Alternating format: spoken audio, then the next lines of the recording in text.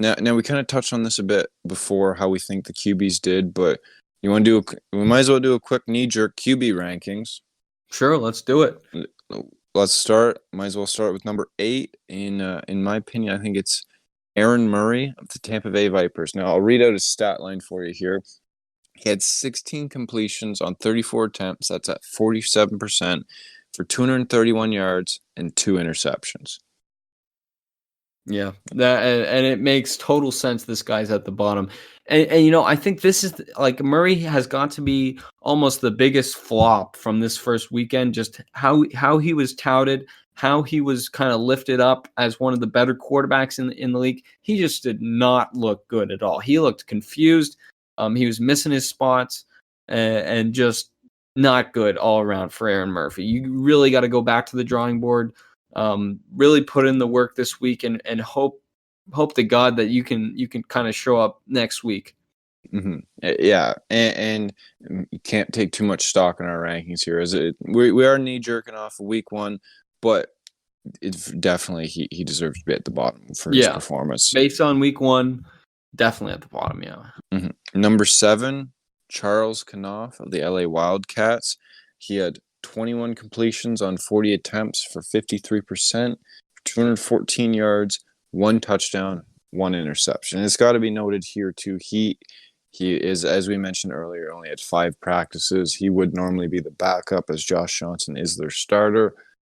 But based on this weekend, we don't know how long Josh Johnson's going to be out. We got him at number 7 here. Yeah, and I think the big thing, playing the way you are, to have that attitude, to be disagreeing with your coaches, disagreeing with your teammates, not a great look from Kanoff this weekend. For sure. I agree.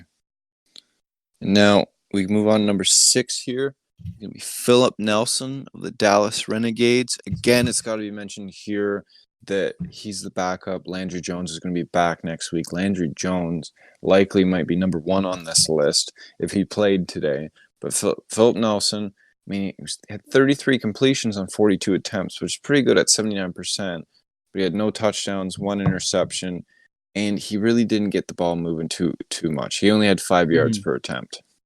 Yeah, did not look good. And now it would have been a different story if he had come through in that fourth quarter.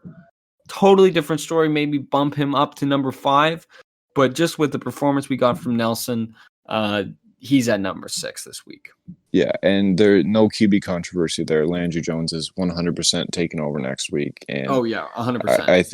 We'll put it on a better showing, in my opinion. Mm-hmm.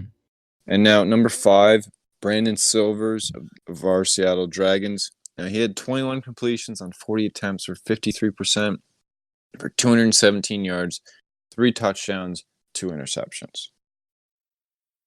Yeah, he was pretty good. He was solid. He won the game, and that's the biggest thing. And just his ability to run the ball. Won the game. Seattle lost the game. Oh, I thought we moved on to number 4. I'm getting mixed up. I'm reading ahead on the notes. Reading ahead on the notes. Brandon Silvers did not win the game for Seattle Dragons. I would like to issue a retraction on that statement. Yeah, that's some wishful thinking there on our part. Yeah. Now, I think Brandon Silvers, the 2 interceptions, especially the pick 6, made him look real bad. But I think that's a lot more on his wide receivers than him, especially the pick 6. I mean, the wide receiver simply just fell down mid-route when the ball's in the air. So you can't put that on him. But still, he didn't have the greatest game. He had a few throws that made him look really bad. Mm-hmm. So I think he deserves the number 5 spot. Yeah. Now, number 4. Sorry. No. Yeah, I think for Silvers, like the big thing he's got to work on is just his awareness of the play, of his teammates, where the play is, where the defense is. He just seemed a little bit lost out there in terms of just. And I think there was a lot of emotion going on in your head. If you're coming in, I mean, he played. For Troy in college, not a huge school. Now he's on an ESPN broadcast, big, like he was the one starting off the XFL. There was a lot of nerves, and I think we're going to see an improved Brandon Silvers as we go along. But right now he's at number 5. For sure. And now number 4, now that we're actually there, Yeah. is Jordan Tamamu from the St. Louis Battlehawks. Now, his stat line was 20 completions on 27 attempts at a 74% rate for 209 yards and 1 touchdown. Now, it's got to be noted here, he also had 9 rushing attempts for 77 yards. And that, I think, is the biggest stat you get from him, from Jordan. Like, is just those running yards really changes the game. I completely agree. And the fact that he was able to lead them to the win really pushes him up the rankings here, in my opinion. Yeah, he really came in clutch in that close game, scoring late in that fourth quarter to kind of give yourself the lead. That was some clutch football right there.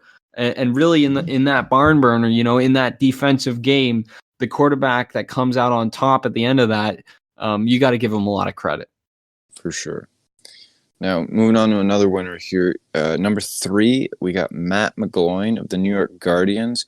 And he had 15 completions on 29 attempts for a 52% rate for 182 yards and a touchdown. And he also had a rushing touchdown from the 1-yard line. Now these stats don't necessarily pop off the stage, but he had a pretty good game. And his veteran leadership, you could see, really helped keep the New York offense calm and rolling throughout the game. Yeah, and I mean, they had so much help from the defense. If you're McGloin, he was comfortable. He was never under a lot of pressure because he had a comfortable lead pretty much throughout the game. His defense really picked up for him. And, in that situation where, you're not under a lot of pressure, you can just keep kind of making it rain on the opponent. You can keep chugging away. And that's what he did. He just chugged away constantly. Consistent guy, really made his passes in light of all these other quarterbacks that are having 50% completion rates. He looked really great today. Mm-hmm. And now number 2 here is Cardale Jones from the DC Defenders.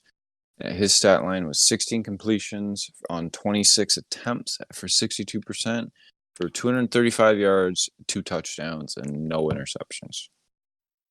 Yeah, and I think for the biggest thing from that stat, 2 big things, was one, he did not throw the ball that much, but when he did, he was pretty accurate. And 2, just didn't give up picks.